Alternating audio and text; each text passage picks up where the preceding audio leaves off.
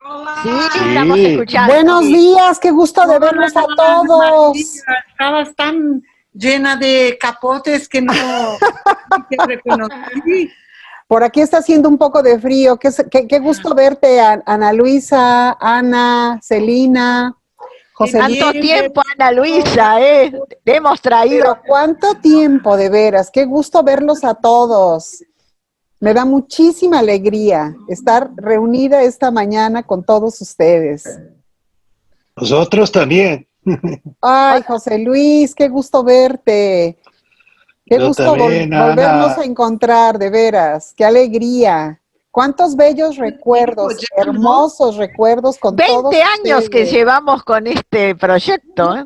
Más Sí, que eso es lo que Claro, estaba en el viendo. 2000, fue en 91, más de 20 años. en el Más de 2000, 20 años. ¿no? En el 2000 comenzamos. 2011. Vamos para 30 años, Celina.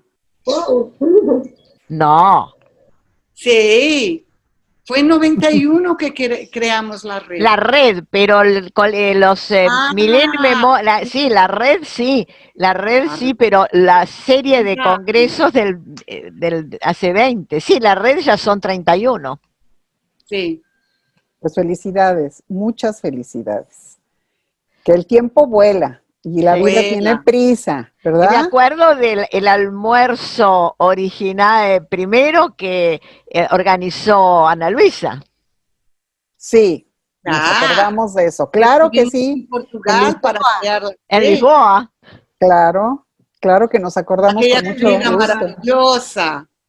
No, todo maravilloso. En todos los lugares fuimos excelentemente tratados, con mucha cordialidad, con mucho nivel. Yo la verdad añoro esos momentos, esos años, esas experiencias y ese crecimiento que tuvimos académicamente con todos ustedes.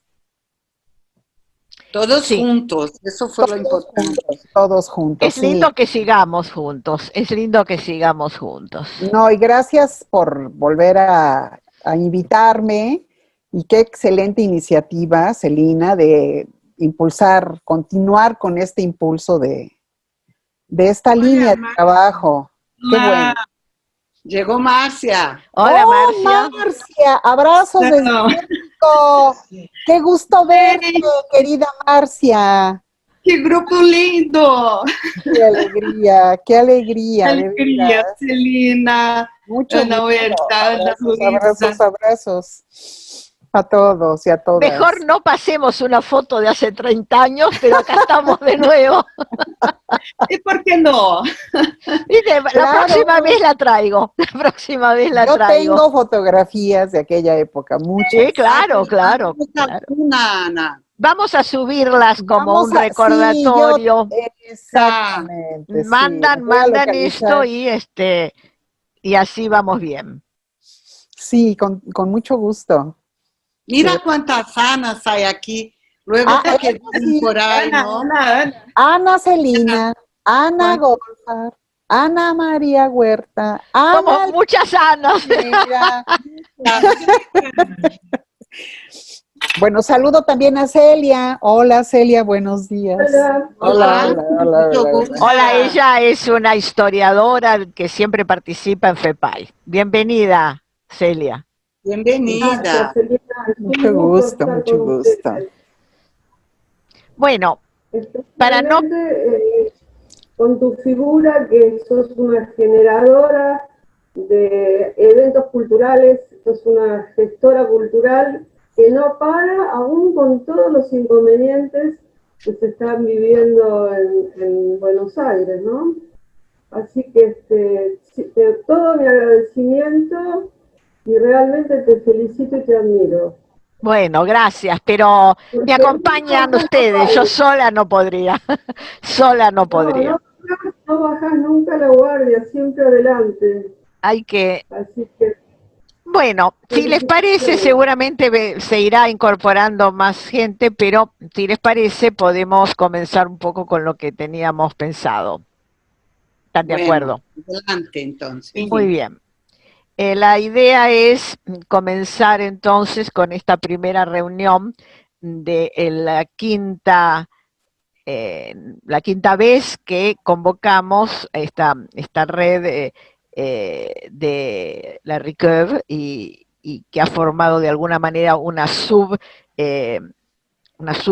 que se dedica al tema de bibliotecas, museos y archivos para la historia de la ciencia. Esta es la quinta vez que proponemos y nos reunimos.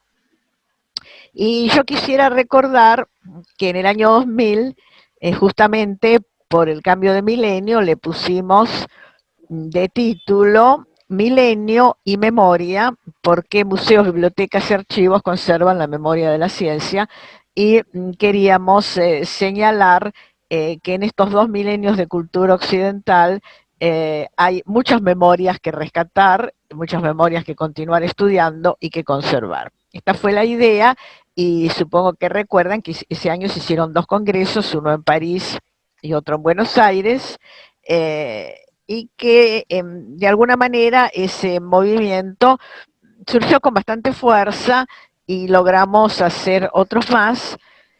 Pero yo aquí tengo que señalar algo que seguramente será objeto de las reuniones de este insólito congreso que dura un mes, pero con una carga horaria de 1 hora y media o 2 por día, dado la diferencia horaria de nuestros países y que todo es telemático.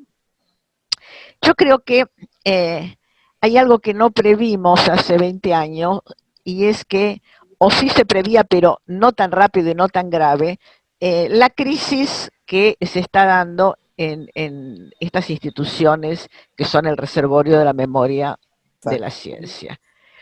Cada vez es más difícil mantener una biblioteca, acrecentarla, cada vez hay más dispersión o dificultad de mejorar los archivos.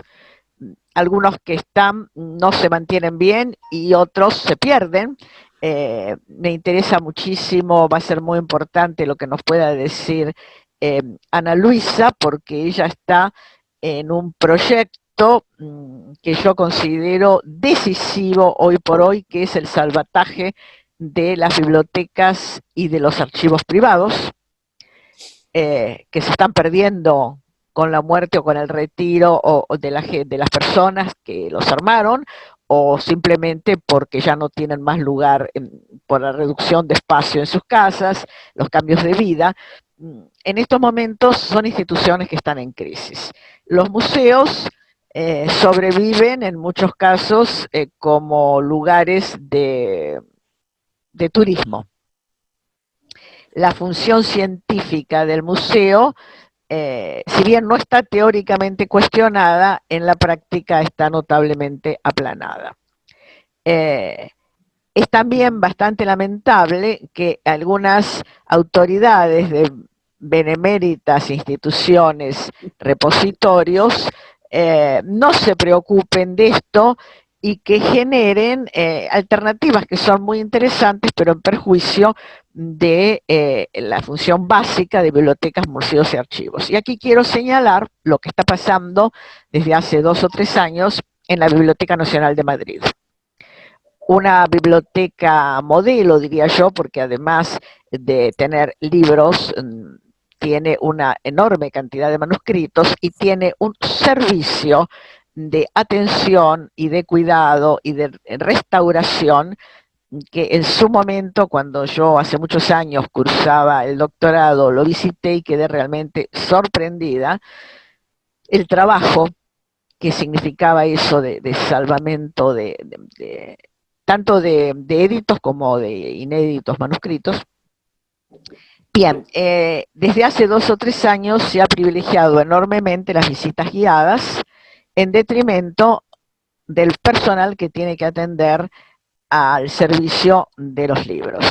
En la sala de libros reservados, por ejemplo, nada se puede pedir en el día, tiene que pedirse a veces 2 días, 3 días, no trabaja los sábados, de tal manera que un investigador que es extranjero o que sencillamente no es de Madrid, tiene que contar con un montón de días de pérdida de tiempo porque no tiene la posibilidad de acceder a lo que se le pide, mientras que hay una enorme cantidad de personal adscrito a a los actos culturales, a los conciertos, a pasar cine, conferencias. Todo esto me parece magnífico, es parte de la tarea de una institución que tiene esos lugares tan hermosos y tan acogedores, pero no debería descuidarse la atención a quienes son los reales usuarios de la biblioteca. Esto que digo, me permito decirlo porque los mismos empleados, bibliotecarios y funcionarios de menor jerarquía lo comparten y piden que lo digamos. Entonces yo cumplo con decirlo y creo que estos encuentros son lugares para justamente pensar de qué manera, salvando esta idea de la interactividad, de la difusión en la sociedad, etcétera, que me parece excelente, salvando esta idea, repito, podamos mejorar o por lo menos mantener la atención de estos repositorios. Esto es lo que yo quería decir porque me he permitido tratar de orientar en los trabajos y las reuniones que vamos a tener un poco hacia esta línea de mostrar cuáles son las fortalezas y las debilidades de las instituciones que siguen con una tarea tradicional y también algo que José Luis ya había planteado en el congreso anterior, el tema de la necesidad de hacer uso de todos los recursos tecnológicos a nuestro alcance para mejorar la atención al usuario por una parte y también por otra parte como un reaseguro de conservación y de difusión de la documentación original que muchas veces corre peligros absolutamente imprevisibles.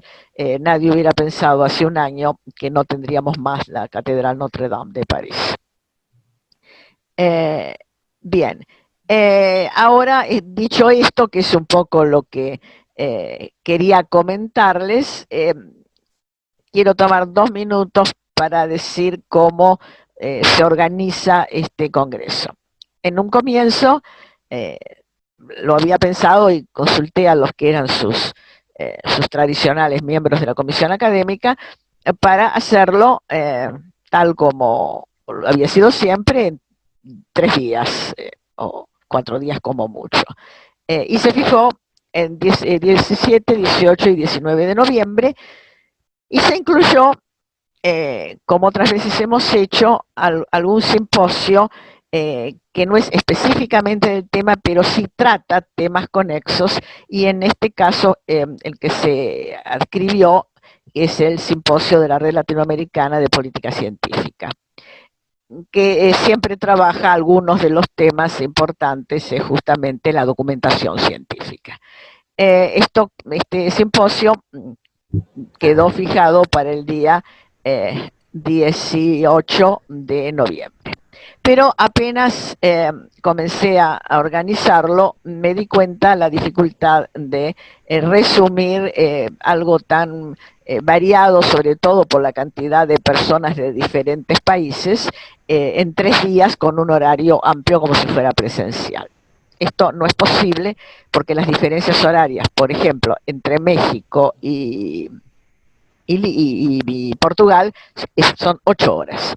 Entonces, no tenemos más que una franja muy pequeña, que sería de 11 de la mañana Argentina a 3 de la tarde en Argentina, Brasil, Uruguay, pero con horas de diferencia importantes en los países de América hacia el oeste, Perú, Costa Rica, México, y naturalmente España, Portugal, Italia, que son los países que participan en este congreso.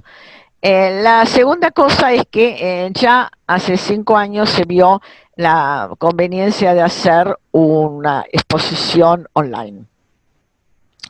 En ese momento se subieron unos 12 o 13 videos de museos, bibliotecas y archivos. Están disponibles, los voy a difundir nuevamente los links porque eso quedó como archivo del Congreso anterior, del cuarto, y revisando algunos de esos, pienso que algunas de estos videos pueden volver a servir, teniendo en cuenta que la mayoría de ustedes ya me han dicho, y yo también lo sé, que no hay posibilidades de acceder a ni a las bibliotecas, ni a los archivos, ni a los museos, que en muchas partes están cerrados, y mucho menos para ir a hacer un video, etcétera. A lo más irán sus autoridades en un breve tiempo, cuidando todos los requisitos de sanidad. Hacer un video en estos momentos no es una posibilidad real en la mayoría de los casos. De modo que pienso que supletoriamente, y hasta tanto podamos volver a reintegrarnos, tal vez este año o tal vez no, pueden algunos de estos videos, con algún pequeño arreglo que se les pueda hacer para ayornarlos, pueden servir también a fin de no hacer caer la exposición virtual que había tenido éxito en el Congreso anterior. De esta manera, entonces, la idea es que cada día del Congreso, tal vez no todos los días, pero casi todos los días, tendremos una o dos reuniones como máximo, no más. Reuniones de 2 o 3 participantes para que los que quieran acceder y tengan tiempo puedan realmente discutir como hacíamos presencialmente. No es una cuestión de multitudes, sino de estar en contacto y discutir los temas que se traten. La única sesión que está fijada es la de mañana del simposio, que como solamente tiene, porque es un eje en realidad, México, Argentina, a veces participan de otros países, de Brasil, de Uruguay, de Perú o de Chile, pero esta vez no, coincidió que los 12 participantes son mitad mexicanos y mitad argentinos. Entonces podemos arreglar los horarios de una manera un poco mejor, y se va a realizar por la mañana y por la tarde. Esto está subido en la página de FEPAI, el ingreso es libre, están todos invitados, está el link, que será el mismo para todas las reuniones del día. Son 4 mesas de exposición y de discusión. Pero es un caso, como digo, excepcional, en virtud de que el grupo es muy compacto y nada más que de estos 2 países. En los demás casos nos atendremos a los horarios que dije. Bien, esto es todo lo que les quería decir, y ahora quisiera ceder la palabra a mis colegas de la comisión académica, a los que están presentes, y en el orden que quieran, para comentar un poco cómo ven este congreso y la posibilidad de su continuación dentro de 5 años, si Dios nos da todavía vida y fortaleza, y si no, que sean nuestros sucesores. La parte propiamente de participación con ponencias ya tengo agendado, por ejemplo, la biblioteca de CECIMA, tengo otras sobre, de bibliotecas hay varios. Los que estamos más flojos es en museos por esta dificultad de participación, pero de bibliotecas probablemente ya el viernes o el sábado tengamos las primeras mesas para comentar estos problemas. Ahora se trata nada más que de una exposición más general, para ponernos un poco de acuerdo también en cómo podríamos continuar el año que viene o el otro en una especie de post-congreso con algunos otros aportes que este año, por todas las dificultades que ya conocemos, no han sido posibles. Dejo la palabra a los que quieran. ¿Quién quiere comenzar? Muy bien, adelante. Adelante, Ana. Quería primero darte las gracias por el esfuerzo que has hecho para mantener la llama viva. no solo darte las gracias, pero saludarte enormemente por haber conseguido juntarnos otra vez, que ha sido un gustazo vernos juntos aquí. Están faltando otras 2 o 3 figuras que siempre han estado con nosotros. Creo que algún problema de horario, espero yo. Pero creo que en la próxima oportunidad estaremos juntos o a lo largo de estas sesiones que van a pasar próximamente.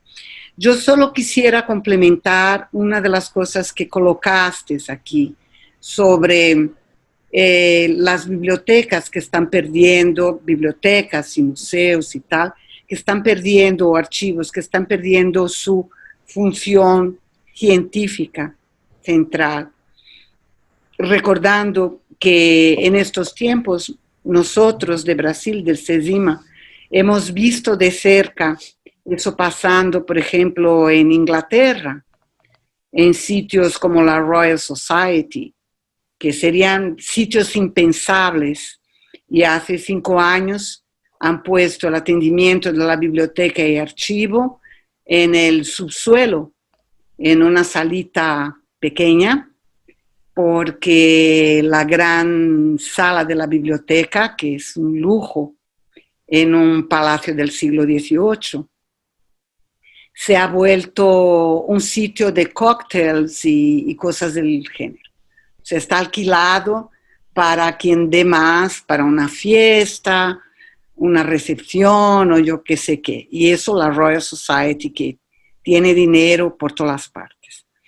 Entonces, preguntando aquí y allí, también nos dimos cuenta que sitios como la British Library, o sea, no estamos más hablando de América Latina ni de Brasil, que siempre hemos tenido aquella cosa, sobre todo Brasil, muy precaria, siempre muy precaria. Pero estamos hablando de instituciones grandes que siempre han tenido mucho dinero y etcétera. Y nos fuimos dando cuenta de que de un momento a otro aquellas salas de lectura de la British Library se fueron volviendo sitios llenos de chiquillería, gritando y hablando. Entonces, preguntando a los responsables, nos enteramos que tienen que dar números y solo con nosotros, con los investigadores, no tendrían motivo para mantener abiertos esos centros. Entonces, en bibliotecas, por lo general, llevan a niños que, claro, van siendo entrenados, pero en un primer momento van a lo loco, creo que también en museos. Van y chillan y se mueven y van hasta tu mesa para llamarte la atención, etc. Los archivos van poniendo a los investigadores por poco en el garage para que el resto del edificio pueda ser alquilado, etc. Entonces, yo veo que nuestra única salida quizás sea por la parte digital. No veo otra salida. Los gobiernos, como las bibliotecas, son de los pocos sitios donde entras gratuitamente, por ejemplo. En algunas tienes que tener autorización, como en los archivos, pero son sitios gratuitos. Tienen que mantenerlos de alguna manera. Y yo veo que se irán cerrando cada vez más. Entonces, nuestra única y última salida será la salida digital. Eso era yo lo que quería colocar, complementando un poco lo que colocaste y hablando un poco de perspectivas. No son muy animadoras, pero tienen esa salida. Entonces, quería colocar para que se discutiera un poco más. Gracias, Ana. Comparto tu preocupación. Yo puse un ejemplo, tú pusiste 2 más. Creo que casi todos los que estamos podrían poner algún otro. Es un hecho que el mantenimiento de esos grandes edificios se hace difícil y que la biblioteca, el archivo o el museo no tiene ingresos propios. Es todo gasto. Y ese gasto en nuestra concepción, diríamos, crematística, es un gasto sin retorno. No se considera una inversión.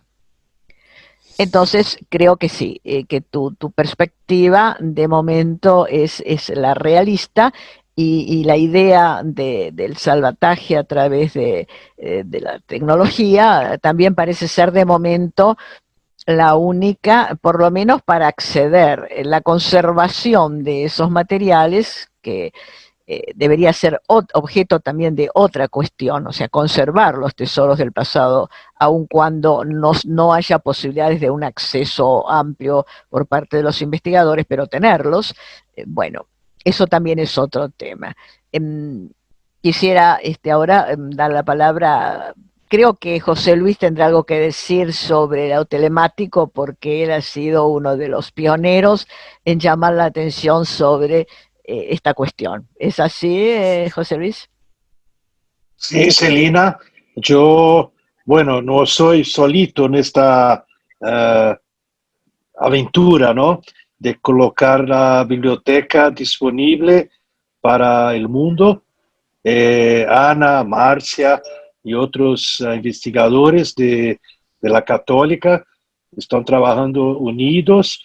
El resultado, Celina, es muy animador, muy interesante, porque se puede seguir, ¿no? ¿Qué son las personas que están utilizando la biblioteca digital? Y a este momento, como yo hablé ya el año pasado, se difunde mucho, se crece mucho, ¿no? Pesquisadores de África, de Asia, de todo el mundo pueden ahora aprovechar todos los libros, todos los documentos que nosotros colocamos en la Internet, ¿no? En el medio digital. Entonces, me parece que es algo realmente que debe crecer mucho y cumple en parte lo que Celina coloca como una forma de seguir, ¿no? Con grandes repositorios de libros, de documentos en historia de la ciencia. Así que yo creo que será algo bastante importante en los próximos años, estos centros digitales de información. Aquí en Brasil, nosotros tenemos planos de incluir para dentro de la biblioteca digital SESIMA otros archivos, como hay un archivo muy importante en la Amazonia, con toda la historia, la documentación de los viajantes. Este archivo ya está en formato digital, pero apenas accesible para quien visita la ciudad de Belém, en el norte de Brasil. Pero nosotros tenemos planos de traer toda esta documentación, son millares de ítems, ¿no? De documentos, para dentro de nuestra biblioteca. Así crear una Amazonia, ¿no? Una parte de la Amazonia dentro de la biblioteca. Entonces, son pesquisadores, investigadores de centros muy dispersos por el mundo que están haciendo todos los días buscas dentro de nuestra biblioteca. Entonces, yo creo que es una forma bastante decisiva de enfrentar el problema. Cuando empezamos, ¿no, Ana María y Marcia? No teníamos esta cuestión tan fuerte. Era más una cuestión de que estamos en Brasil, en Latinoamérica, no estamos en Europa, ¿no, Janeiro? No estamos en centros con grandes bibliotecas y necesitábamos ofrecer a los estudiantes, a los otros profesores, un grande repositorio. Pero ahora la cosa cambia. Como Celina coloca, o Ana colocó, tenemos esta crisis, ¿no? En poder mantener las estructuras tradicionales de bibliotecas, de archivos, y así que, no sé, no creo que, Celina, que es toda la solución, pero creo que es una forma bastante decisiva y efectiva de enfrentar este mundo que vivimos, que el dinero para mantener los edificios, el personal, se torna bastante difícil. Gracias, José Luis. Y bueno, quisiera saber si Marcia quiere completar un poco la idea y así cerramos este grupo y vamos luego a los otros participantes, tal vez con otras experiencias. Cerraríamos lo de Brasil, ¿no? Marcia, ¿quieres decir algo? Micrófono. Bueno, vou falar em português, ok? Sí, por favor, sí. Eu acho que eu só acrescentaria algumas informações sobre a formação dessa biblioteca, né?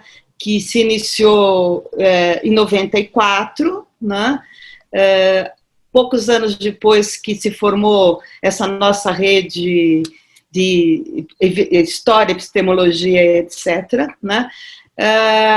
E fomos incluindo na biblioteca, a partir de microfilmes, microfichas, que depois foram digitalizados, etc., documentos dos mais variados tipos, né?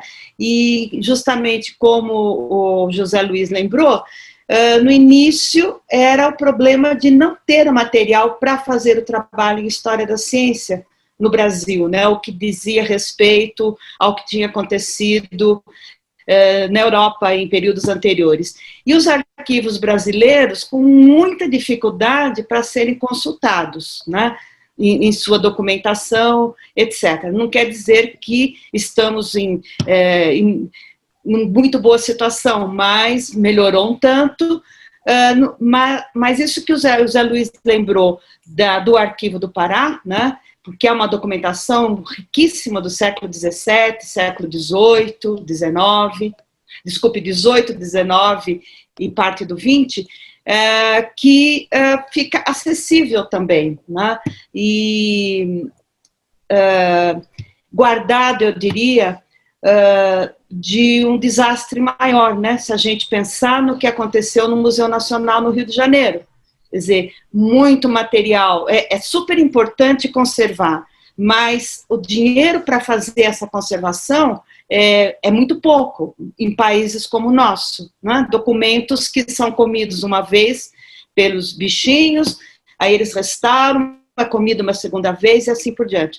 Então, isso garante que, acontecendo uma catástrofe, como foi no Museu Nacional, né, no Rio de Janeiro, pelo menos se tem alguma imagem da documentação, quer dizer, permite que outros consultem de longe, remotamente, né, e guarda, né, é uma maneira de preservar também a digitalização do material, né, como a gente fazia em microfilmes, fotografia, etc., aí transformar em material digital. Eu acho que isso é uma coisa super importante que vai garantir o trabalho em História da Ciência e também a conservação de uma documentação que a gente pode lançar mão para uma pesquisa, etc. Muchas gracias. Creo que sí, es muy importante lo que estás diciendo, porque esto que también había dicho José Luis, en países grandes como Brasil, la documentación está muy dispersa, lo mismo pasa en Argentina y en México. Bien, como estamos ahora, vamos a hacer un intermedio de 5 minutos, así grabamos esta parte y ya la podemos subir para que esté disponible. Y en 5 minutos con el mismo link volvemos a entrar y vamos a pedirle a Ana Luisa que nos hable de su proyecto de bibliotecas y archivos privados, que me parece muy, muy importante. Entonces, en 5 minutos nos vemos. ¿Quieres contarnos algo de tu proyecto y de lo que estás haciendo con las bibliotecas? Porque ella donó su biblioteca y ahora quiere donar su archivo, pero hay otras personas que están en la misma situación y están viendo cómo se pueden salvar estos documentos. Así que te escuchamos, Ana. ¿Me estás escuchando? Posso chamar-me? Olha, Celina. Olá, Márcia. Olá, como vai? Que alegria! O que se passa, bem, eu penso que a minha história é um pouco diferente da que falou a Márcia, de que falou a Ana e do que falou o Zé Luís. Nós aqui em Portugal, atualmente, estamos numa melhor condições de bibliotecas. Quer as bibliotecas públicas, quer as bibliotecas privadas. Quer dizer, se eu pensar há 50 anos atrás, nós estávamos numa situação muitíssimo pior. Por um lado, o ensino universitário não recorria às bibliotecas. Nós usávamos muito, na boa tradição de Coimbra, os apontamentos que os professores davam das aulas, ou então as sebentas. E o contacto com o arquivo só se processava para a tese de licenciatura ou para a tese de doutoramento. Para vos dar um exemplo, eu cheguei a Paris para trabalhar na Biblioteca Nacional sem saber o que era uma cota de uma biblioteca. A cota de um livro. Quer dizer, eu tinha uma ótima formação em Portugal, mas prescindia-se das bibliotecas e dos arquivos. Hoje, todo o ensino é montado a partir das teses, no contacto direto com o arquivo. Já não se admite nenhum trabalho em Portugal que não tenha contacto direto com o arquivo. E, aliás, é nesse contexto que aparece a minha preocupação de mostrar como era uma biblioteca pessoal e um arquivo pessoal antes do digital. A minha preocupação é deixar para a microhistória recente o exemplo de como se trabalhava antes do digital. E isso não é muito fácil, porque as pessoas hoje em dia não imaginam absolutamente nada como se trabalhava na época. Não, por exemplo, a ideia das fichas feitas à mão, eu quando vim de Paris, depois do doutoramento, trouxe 1,5 metro de caixas de sapatos com fichas. Nós nem sequer comprávamos ficheiros. Eram as caixas de sapatos, que eram leves, que serviam de ficheiro.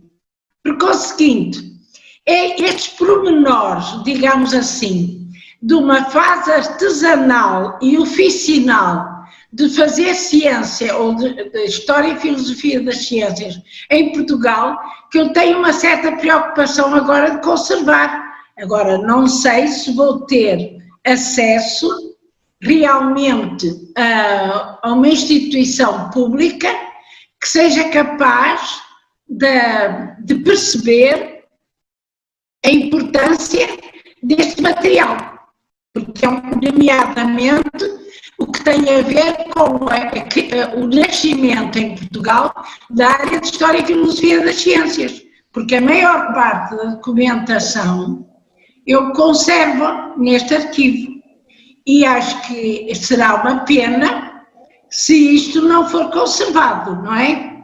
Relativamente à área. A digitalização é muito complicada, porque se eu vou dar a indicação do link de um site que eu abri, porque o meu arquivo, a biblioteca de 5.000 livros, eu já ofereci em 2010. Agora é o arquivo. E em relação a isso, eu queria dizer que digitalizar não é fácil, porque eu constituí, de certa maneira, uma instalação estética com o arquivo. E para isso eu vou indicar o site onde podem ver como é que está, em que estado está a estrutura que comporta o arquivo. www.arquivovivido.wordpress.com. Eu repito, www.arquivovivido.wordpress.com. E então, pelas imagens, vocês podem ver que realmente a situação é complicada. Eu estou a recorrer a várias instâncias e estou na fase de esperar ver, mas acho que vai ser bastante complicado. De qualquer maneira, a digitalização poderá ser uma das vias, evidentemente. Agora, isso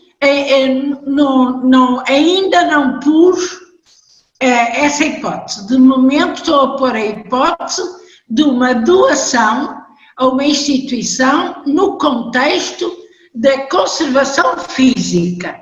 O digital é uma possibilidade, claro, também concordo.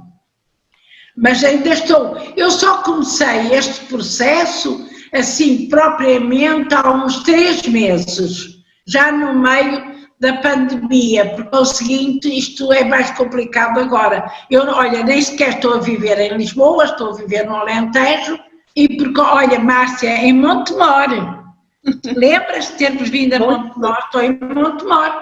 E então, por isso, temos de ver como é que vai evoluir este processo. Gracias, Ana Luisa, por tus palabras. Me gustaría escuchar algún comentario.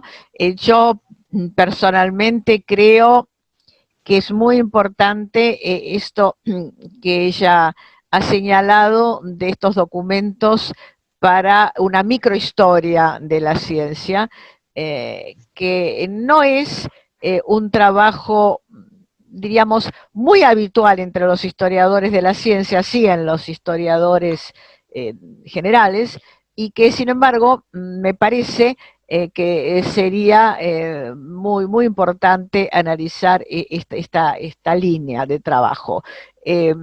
Como un ejemplo, en filosofía, donde también era tradicional atenerse solamente a la gran historia, a los grandes documentos y a las grandes figuras, se está pasando ahora a una especie de microhistoria, sobre todo recogiendo figuras que podrían considerarse secundarias en algún sentido, pero cuya importancia en el conjunto de la producción filosófica termina siendo relevante, y también la cuestión de los documentos no tradicionales, como estos que menciona Ana Luisa, todo lo que la gente guarda, conserva, porque es su historia, porque es su tradición, porque lo heredó, tal vez, y no son documentos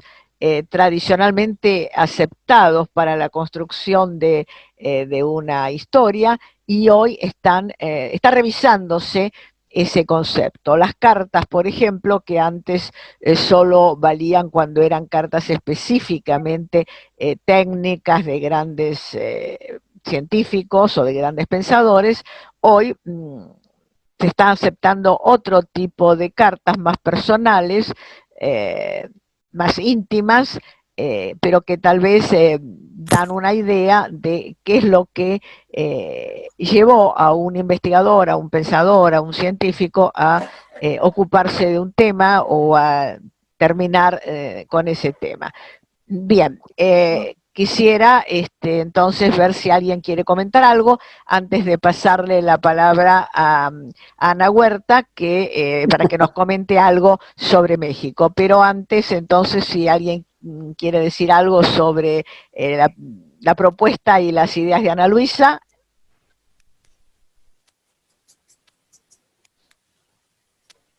¿Puedo decir unas palabras? Sí, por favor.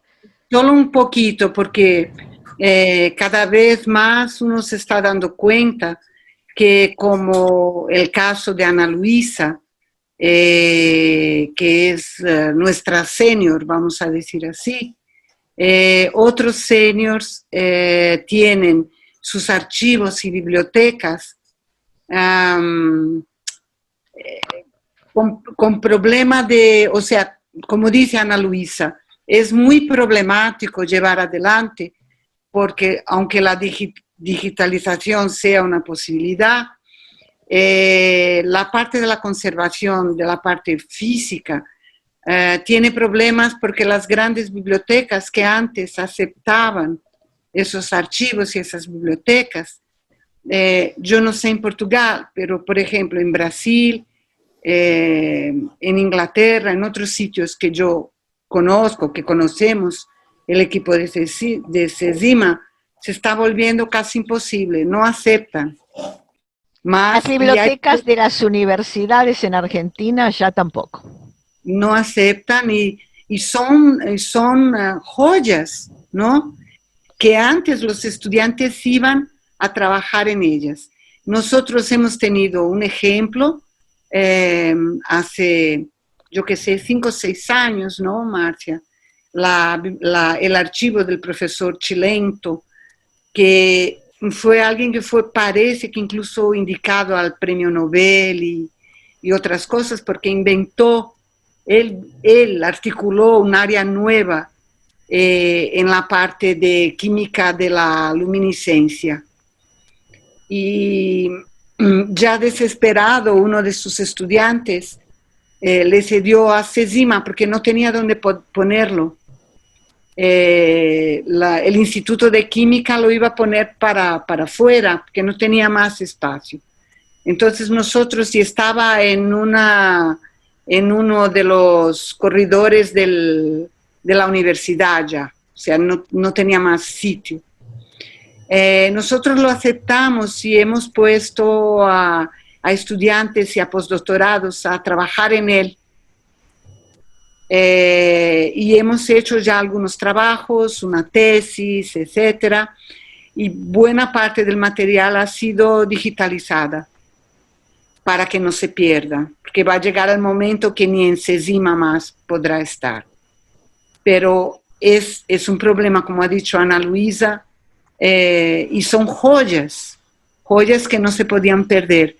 Entonces, por ejemplo, los más recientes con historia oral, puedes intentar rescatarlo, porque hay mucho interés, sobre todo ahora después de la era digital, por ejemplo, entre los químicos, de tener una memoria de eso, aunque no invistan mucho dinero, pero están llamando para que se hagan trabajos y etcétera, a partir de historia oral. Mi preocupación es que, por ejemplo, Ana Luisa perfectamente puede caber en un proyecto de historia oral y su archivo que sea recibido y digitalizado. Pero, ¿y aquellos archivos más antiguos donde no hay posibilidad de trabajar con historia oral? ¿Qué hacer con ellos? Es eso. Gracias. Sí, es verdad que la historia oral nos permite rescatar la memoria sin necesidad de que la persona tenga que ponerse a escribirlo. Hemos hablado ya en otras reuniones sobre la importancia de la historia oral para la historia de la ciencia. También en FEPAI hacemos cada 2 años, a veces cada año, una mesa de historia oral rescatando recuerdos de profesores y de investigadores que no constan en ningún lado, pero que constituyen una historia. En una publicación reciente que nos han entregado hace apenas 2 días, hemos publicado los recuerdos de 2 médicos por las epidemias que sufrió el país desde 1960 en adelante, y algunas de las cosas que cuentan son casi increíbles y no están en ningún lado. Están solamente en su memoria y las hemos podido rescatar. Esto sin duda. Ahora, lo anterior y sobre todo el problema del espacio, pareciera que sin un cambio en la política de conservación del patrimonio cultural, que venga del Estado en su conjunto, como una política del Estado, y no solamente que quede en las posibilidades siempre limitadas de las diferentes instituciones con un presupuesto cada vez más magro. Pareciera que este problema no es diferente que el problema de salvar las iglesias históricas o las estatuas o las pinturas históricas. Es el mismo criterio de salvar la materialidad, como decía Ana Luisa, ¿no? Porque la materialidad forma parte de la historia, ¿no? No es despreciable en ese sentido de ninguna manera. Bien, quisiera darle la palabra ahora a nuestra colega mexicana para que nos cuente un poco cómo ve la cuestión. Así que, Ana. Hola, aquí estoy. ¿Me escuchan? Sí, sí, bueno, sí, perfecto. Bueno, miren, yo creo que este tema de los repositorios documentales, que son archivos, bibliotecas, museos, de donde nosotros, quienes hacemos historia, por supuesto, historia de la ciencia, la mexicana, es un tema que yo lo vería desde varias perspectivas.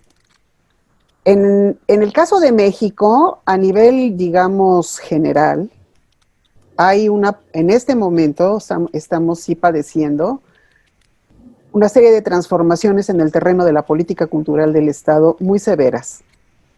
Un ejemplo es, en términos generales, que le han disminuido impresionantemente los fondos a lo que conocemos como el INAH, o Instituto Nacional de Antropología e Historia, que tiene entre sus otras muchas custodias, documentación, archivos muy importantes. La parte que se ha cercenado, digamos, en esta nueva distribución del presupuesto, está totalmente encaminada hacia el tema de la investigación. Y cuando hablamos de investigación, también estamos hablando de los archivos. A niveles regionales, este instituto pues ha resguardado mucho de lo que hemos podido en todas partes investigar, porque generalmente ellos guardaron, acumularon archivos. Entonces, desde esa perspectiva, sí se va a enfrentar un gran problema. Por otra parte, sí se nota cada día más la precariedad, el tema que comentaba, por ejemplo, Ana Wolfart,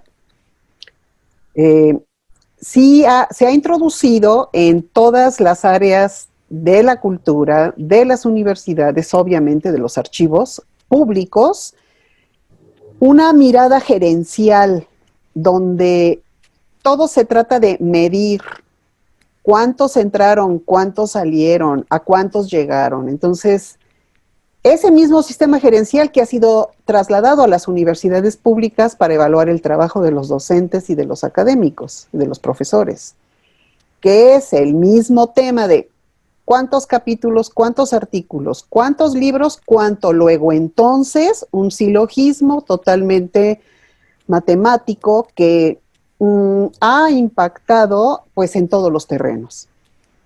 El caso al que me voy a referir, Puebla. La ciudad de Puebla, que es una ciudad que a nivel de México está reconocida como una ciudad, se le ha dado diferentes nombres, ciudad universitaria, también ciudad cultural y una gran cantidad de bibliotecas y de archivos. Bien,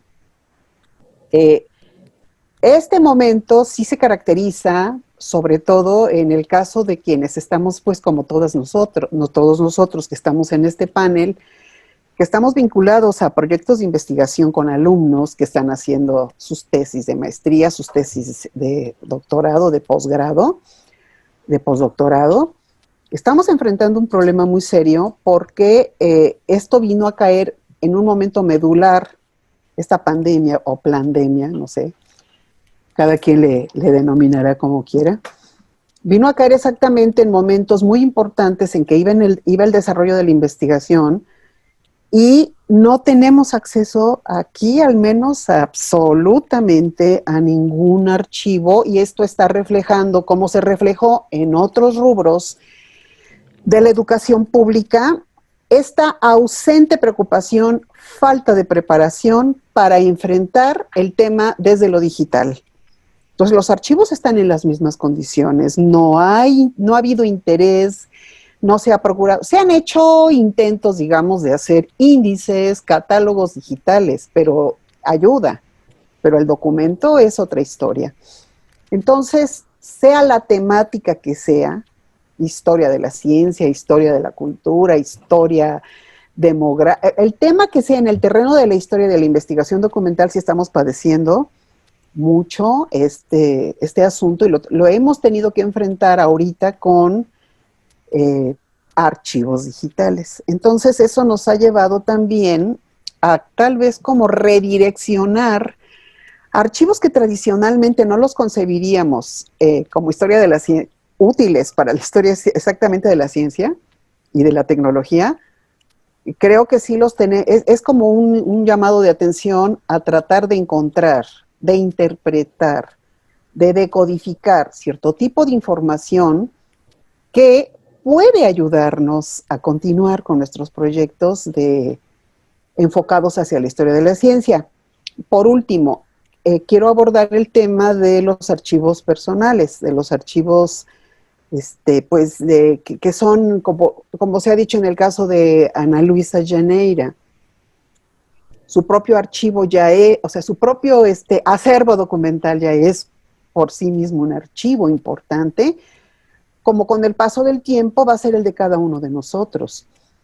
Sí va uno teniendo que recurrir a buscar esos archivos personales que pertenecieron a empresas, a químicos. Yo en mi caso muy particular tuve la fortuna de dar con el archivo, incluso lo tengo un poco digitalizado, de una familia muy importante que es la familia Ibáñez aquí en Puebla, que pues es una información que nunca, no, o sea, sí, a lo mejor podríamos encontrar algún material en algunos otros archivos públicos por las cuestiones del trabajo administrativo que requirieron ellos, permisos, autorizaciones, pero libros como las fórmulas para hacer sus productos, ellos eran unos empresarios que tenían la línea de farmacia y una línea muy importante de productos de belleza, que incluso los exportaban, no solo a la República Mexicana, sino al extranjero. Y del extranjero ellos recibían información, envases, los envases los mandaban a hacer a París y cosas así. Entonces, digamos, suena un poco como anécdota, pero es que también desde las instituciones no ha habido una preocupación por hacer un acopio de los archivos de los profesionistas. Esta línea de la historia de las profesiones en las universidades sería un estupendo camino para alimentar repositorios de quien de repente dice, pues es que este archivo era de mi abuelito o de mi suegro o de mi papá y ahorita pues yo no sé ni para qué lo quiero, para qué, dónde lo guardo, qué voy a hacer con él. Esa ausencia, esa falta de idea que hay en las instituciones respecto a la institucionalización de la historia de las profesiones, que es la historia de la ciencia y es la historia de la tecnología, sí nos ha hecho que perdamos algunas cosas, ¿no? Y ya nada más voy a decir algo que aparentemente no tendría que ver con el tema documental. En esta transformación que se está viviendo aquí, hay una pérdida inmensa de oportunidades para que los estudiantes continúen sus estudios con becas, que aquí en México pues las está financiando. CONACYT es el referente. Ha habido una gran transformación, no es de ahorita, esto ya viene de unos años para acá.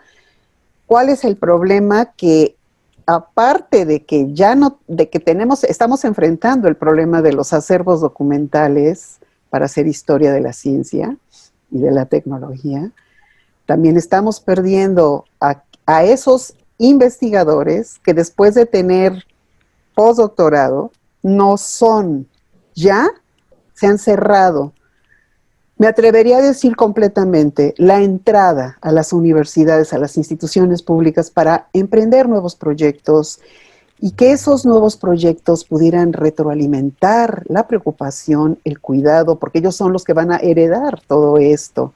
Son estas generaciones que están como en un lugar donde ya no hay salida, ¿no? En un laberinto. Algo como cerrado de que ya obtuvieron esto, el otro y aquello, pero no hay expectativas. Entonces, eso también va a repercutir y va a impactar a los mismos repositorios y al cuidado de ellos. Esas son algunas ideas nada más. Gracias. Gracias, Ana.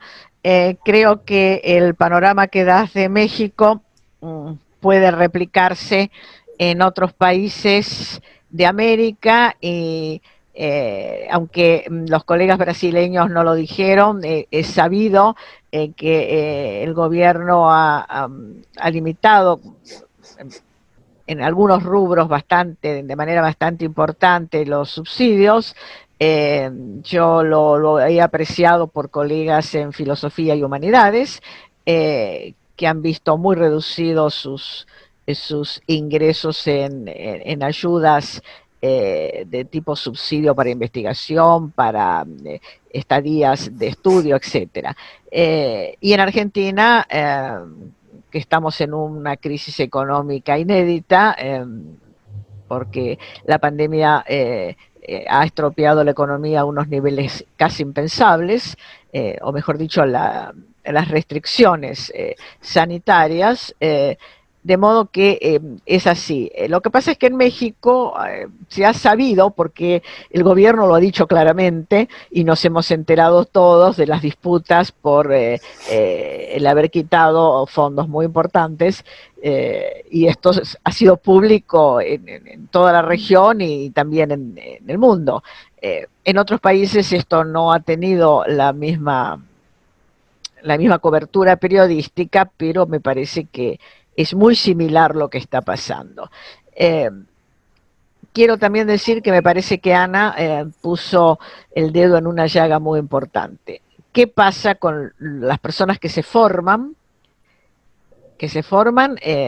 con fondos que pone el Estado? O sea, que en realidad el Estado gasta en ellos, gasta en nosotros, ¿no? Como ha gastado, y que luego no pueden continuar, que tienen que reconvertirse a otra actividad.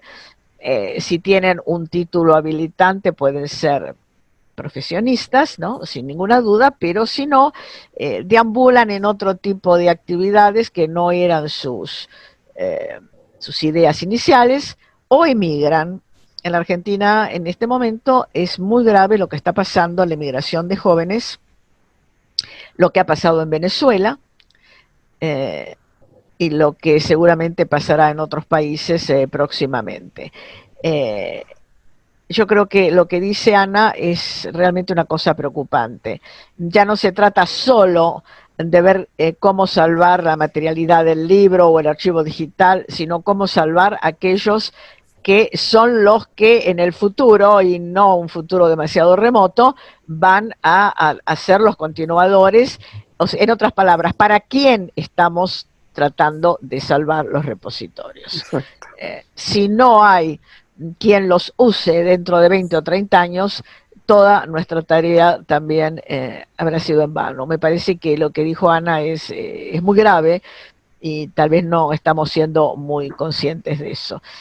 No sé si alguno más de los presentes quiere decir algo. Volveremos sobre estos temas en otras reuniones. Creo que es importante, pero si en los minutos que nos quedan unos 10 minutos, alguien quiere hacer algún comentario, bienvenido.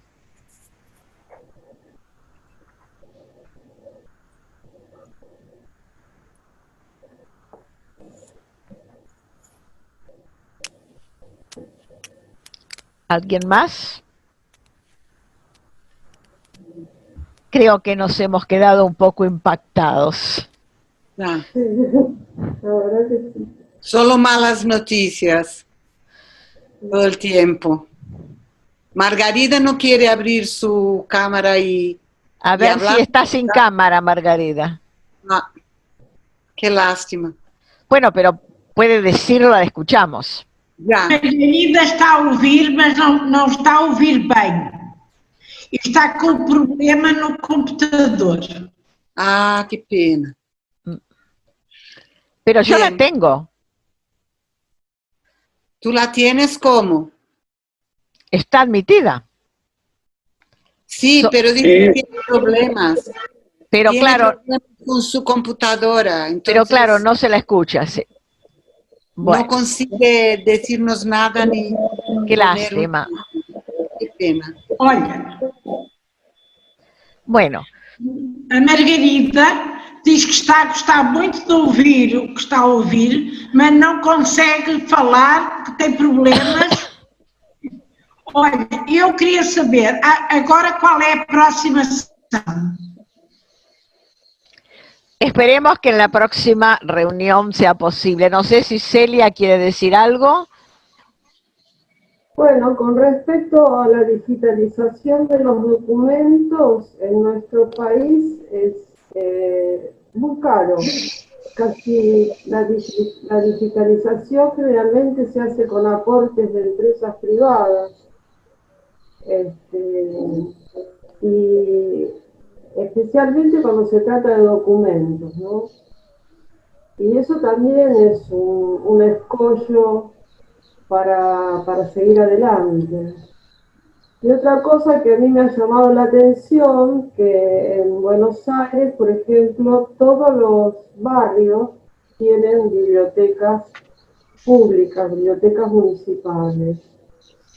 Y desde hace 2 años es como que se han desactivado, porque el eslogan es, la biblioteca no es para hacer silencio, es para hacer ruido, tocar música, jugar, y cambiaron la función de la biblioteca.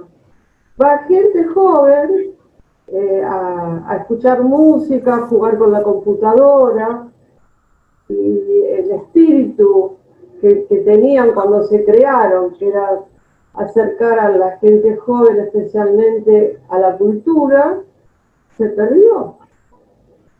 Entonces hay muchos interrogantes, ¿no? Para que a nosotros que vivimos de esto, que es la investigación y la cultura, nos deja atónitos, ¿no? Que una biblioteca sea para ir a jugar, entonces, ¿qué función cumple un centro deportivo, un club? Las cosas han ido cambiando, pero no para mejor. Y a nosotros nos falta mucho llegar a tener la tecnología, por ejemplo, que tienen en Inglaterra, como recién decían. Yo trabajo los galeses, investigo los galeses y consulto los documentos por mi computadora, muchas veces. Los documentos que están en Cardiff, que están en Londres, y bueno, eso acá no es posible. Yo no puedo consultar por mi computadora los documentos que están en alguna provincia, porque no están digitalizados. Entonces, hay un abismo, ¿no?, entre Latinoamérica y la Europa desarrollada, digamos, en materia cultural. Pareciera que a nivel local, ¿no?, está muy, muy pobre la conservación documental y la digitalización. Eso que estás diciendo es cierto, es más fácil conseguir un documento inglés o francés que un documento de la provincia de La Pampa. Y eso conspira contra las historias locales, ¿no? Eso también es un tema. Bueno, lo que comentaba José Luis del repositorio en Belén, claro, había que traerlo a otro lugar más accesible de Brasil, y creo que este es un problema grave en nuestros países porque son muy grandes, son federales, entonces cada estado tiene sus propios criterios, no siempre son compatibles, no parece haber en muchos casos una tarea de compatibilizar, Y bueno, estos son otros de los problemas lamentables que tenemos que considerar. Bueno, les agradezco mucho la participación en esta primera mesa que, como dijo Ana, parece que todas son malas noticias. Creo que son realistas. Hace 20 años era casi impensable que una reunión iba a tratar práctica y exclusivamente la crisis de estos repositorios en lugar de hablar de su crecimiento, sus éxitos, etcétera. Pero bueno, es la historia que nos ha tocado vivir. Les agradezco mucho, los invito mañana a los que quieran asistir a la primera reunión, que es la del simposio, que también es bastante dura en cuanto a las ponencias, no son nada optimistas en muchos casos, y luego continuaremos a partir del viernes, porque el jueves, que es el Día Internacional de la Filosofía, el FEPAI tiene una actividad específica de todo el día, y entonces este día no tendremos congreso, pero a partir del viernes, ya esta tarde o mañana se dará la información de los próximos días. Muchas gracias, promovamos, y hasta pronto. Un beso grande a todos. A todas, besos a todas y a todos. Alegría veros. Sí, a todos y a todas. Alegría. Besos.